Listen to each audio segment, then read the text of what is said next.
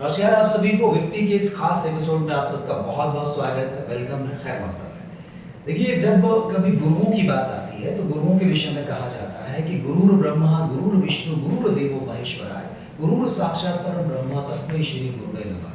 जब गुरुओं को नमन करते हैं शिष्य, तभी इस दुनिया को अर्जुन मिलते हैं। जब गुरुओं के चरणों में नमन होता है तो तभी कोई चाणक्य चंद्रगुप्त बना पाते हैं और तभी कोई सांदीपनि श्री कृष्ण इस दुनिया को दे पाते हैं। तो हम गुरुओं की उस महिमा को नमन करते हैं, उनके चरणों में प्रणाम करते हैं। और विक्टी के इस खास एपिसोड में जिसको हमने नाम दिया है शख्सियत, तो आज एक विशेष व्यक्तित्व से, एक विशेष शख्सियत से आपकी भेंट कराते हैं, डॉक्टर कुंजन आचार्य। सर स्वागत है आपका, कैसे हैं? नमस्कार। आनंद ये आनंद बना रहे सर। और आजकल प्रकृति भी खूब आनंद बरसा रही है। झीलों का शहर है उदयपुर, चारों तरफ खूब हरियाली है।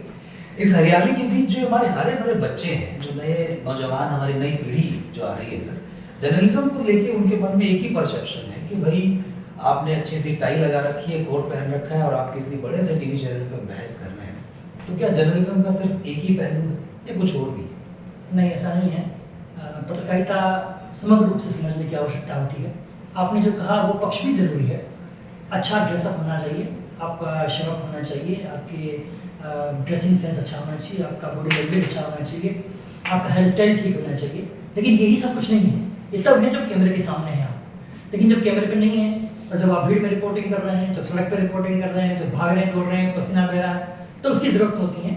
उस समय आपका प्रेजेंस ऑफ माइंड की ज़रूरत होती है, उस समय आपकी कंटेंट की ज़रूरत होती है, आप क्या सवाल कर रहे हैं उस पर आपको समझने की ज़रूरत होती है, माहौल को देख के टिप्पणी करने की ज़रूरत होती है।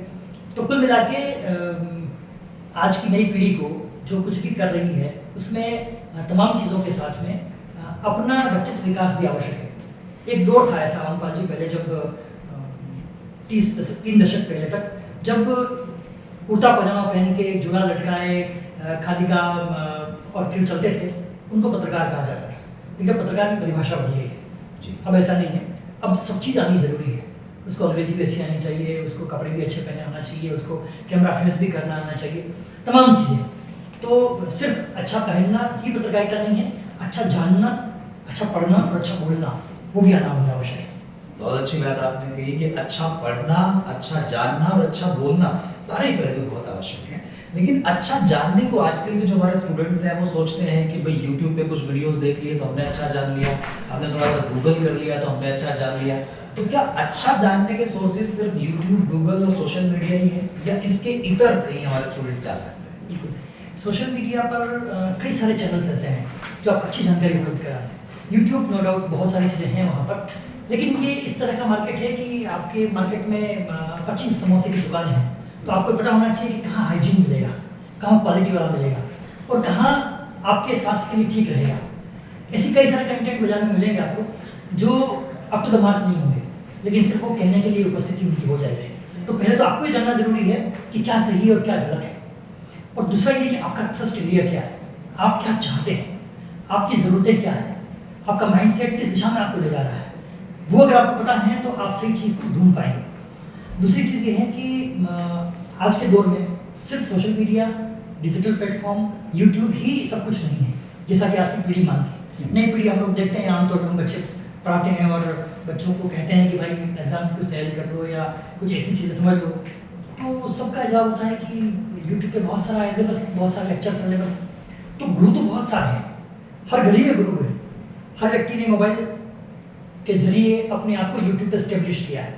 लेकिन ज़रूरी नहीं है कि आप जो कंटेंट पाना चाह रहे हो वो कंटेंट का थ्रस्ट एरिया आपका फुलफिल कर रहा है। ऐसे में आपको सही गुरु की तलाश करनी है। यूट्यूब आपका गुरु हो सकता है, लेकिन वहाँ पे आपको सही चीज़ क्या चाहिए और कहाँ मिलेगी और किसके पास मिलेगी, ये देखना भी ज़रूरी होगा। ऐसे में मेरा मानना ये है कि डिजिटली हम लोग कितने साउंड क्यों न हो जाए, कितने मजबूत क्यों न हो जाए, एक अच्छे गुरु की ज़रूरत तो हमेशा है। एक ऐसे ही स्थिति है कि मेरे पास इतनी किताबें हैं, घर पे भी हैं, ऑफिस में भी हैं, लेकिन क्या हम उन सब किताबों को अनवरत पढ़ सकते हैं? नहीं पढ़ सकते। एक बार पढ़ लिया, दोबारा तो इच्छा होगी तो पढ़ेंगे। लेकिन कई बार ऐसा होता है कि हमारे पास एक पुस्तक पड़ी हुई है किसी ऐसे विद्यार्थी के पास जो मैंने दी है, वो पढ़ के भी उस चीज़ को नहीं समझ पाएगा जब तक कि ऐसे टेक्निकल टर्म्स हैं या ऐसी कुछ चीज़ें हैं जो समझाने भी समझ में आएंगी। तो मुझे लगता है कि पत्रकारिता के विद्यार्थियों को जब तक फील्ड में खड़े होकर गुरु के साथ कंप्लीट प्रैक्टिकल ट्रेनिंग न हो, तब तक मुझे लगता है कि इनका सही मायने विकास मुश्किल हो सकता है। लेकिन अगर व्यक्ति चाहे तो खुद का डेवलपमेंट किसी के साथ मिलके, ग्रुप में मिलके अच्छे मार्गदर्शन के साथ कर सकता है। बिल्कुल सही कहा आपने। आपने किताब की बात की, तो सोशल मीडिया वर्सेस किताब, तो किसको जितना ज़्यादा ज़रूरी माना जा सकता है? किताब कितनी महत्वपूर्ण होगी? आप आजकल आप देखते हैं कि कॉलेजेस में भी, लाइब्रेरीज में स्टूडेंट्स उतने नहीं जाते हैं, तो किताब एक जर्नलिज्म के स्टूडेंट के लिए कितनी ज़रूरी है? अगर सोशल मीडिया के कंपैरिजन में हम किताब को रखते हैं, किताब कितना प्रकाश? देखिए, बिना किताब के तो कुछ भी नहीं हो सकता। आप अगर जानना चाहते हैं कि पिछली शताब्दी में क्या हुआ था या 100 वर्ष पहले क्या हुआ था, तो आपको किताब पढ़नी पड़ेगी। बिना किताब पढ़े कुछ नहीं हो सकता। तो मेरा मानना है गोपाल जी कि किताब से अच्छा मित्र कोई नहीं हो सकता आपका। वो चुपचाप रहता है लेकिन सब कुछ सिखा देता है। तो किताब का विकल्प न पहले कभी था न बाद में कभी होगा।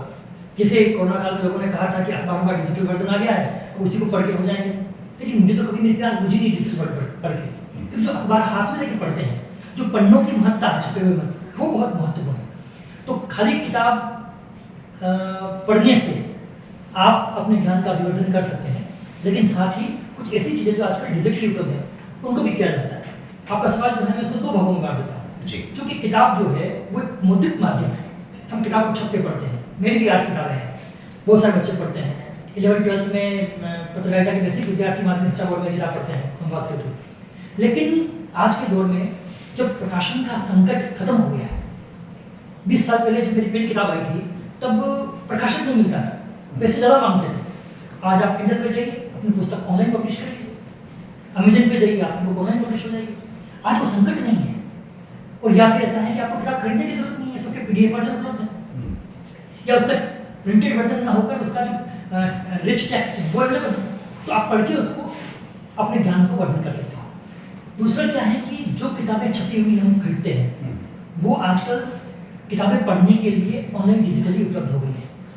लोग घंटों उसको पढ़ रहे हैं, लेकिन मेरा मानना है कि स्क्रीन पर पढ़ने से उतनी संतुष्टि नहीं हो पाती जितनी कि आप अखबार में या अपना छपे हुए पन्नों पर पढ़ते हैं। तो किताब हमेशा जीवित रहेगी, कल भी थी, कल भी रहेगी, लेकिन डिजिटल ने थोड़ा सा इसको हमको समृद्ध कर दिया है, नई पीढ़ी को मजबूत कर दिया है। दोनों को साथ साथ चलाना चाहिए, दोनों अच्छे माध्यम। बहुत खूब कहा। और किताब के संबंध में एक वाकया भी हमने पढ़ा है, मुझे सही नाम याद नहीं आ रहा है। कहते हैं कि कोई राजा थे कोई, तो वो बीमार हो गए, तो एक हकीम साहब आए, उन्होंने कहा कि भाई मैं आपको ठीक कर दूंगा, तो कोई दवा देने के लिए कहा। तो राजा ने कहा कि भाई आपने जो दवा दी है ये दवा मैं नहीं ले सकता। तो वो जो हकीम थे तो उन्होंने एक नुस्खा निकाला। उन्होंने कहा कि ये किताब दे के जा रहा हूँ मैं आपको, 100 पेज की किताब है, आप एक काम करना कि इस किताब को रोज पढ़ना, सुबह सुबह खाली पेट, रोज इसके 2 पन्ने पढ़ना, तो या फिर ज़्यादा जितने पन्ने पढ़ पाओ आप पढ़ना, और आप बस आपको यही करना, कुछ नहीं करना, ठीक है, आप दवा मत करना। उस राजा ने 15 दिन, 17 दिन, 1 महीना वो किताब पढ़ी, और आपको बताया कि आपने कहा कि पन्ना पलटने का जो आनंद है वो सोशल मीडिया पे, डिजिटल पे नहीं है।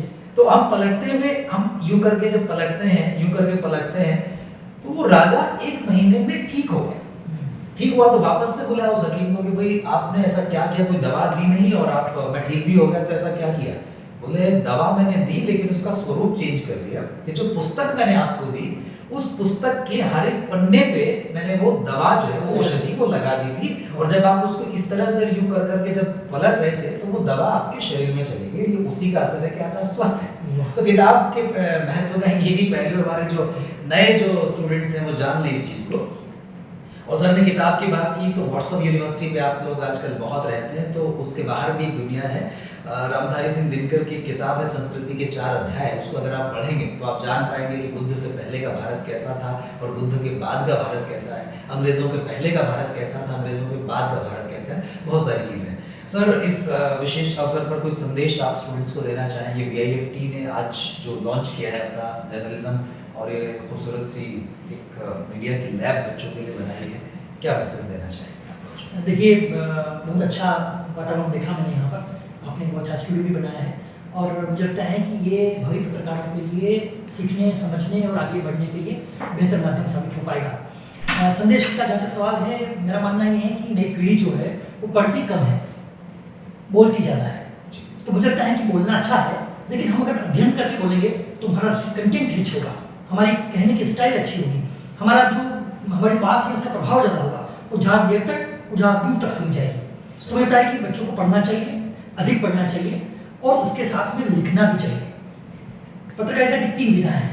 पढ़ना, जो हम लोग से पढ़ते हैं, कई सारी चीज़ों को ठीक करने के लिए करते हैं। एक होता है लिखना, जो प्रिंट माध्यम में चलता है। एक होता है बोलना, जो इलेक्ट्रॉनिक माध्यम में है। तो तीनों चीज़ों को साथ रखते हुए अगर हम 10 पन्ने रोज पढ़ेंगे तो 1 पन्ना लिख पाएंगे और आधा पन्ना बोल पाएंगे। सही है। तो बच्चों को पढ़ना, बोलना और एक्सटेम्पर करना नियमित तौर पे आना चाहिए, ताकि वो अच्छे पत्रकार बन सके। जी, बहुत बढ़िया। अच्छा लगा सर आपसे मिलके। आज आप यहाँ पे आए और इतनी सुंदर बातें आपने की। समय थोड़ा सा संक्षिप्त है, तो इसलिए संक्षिप्त में हमने ये वार्ता रखी। बहुत बहुत शुक्रिया आपका आने के लिए। शुक्रिया। धन्यवाद।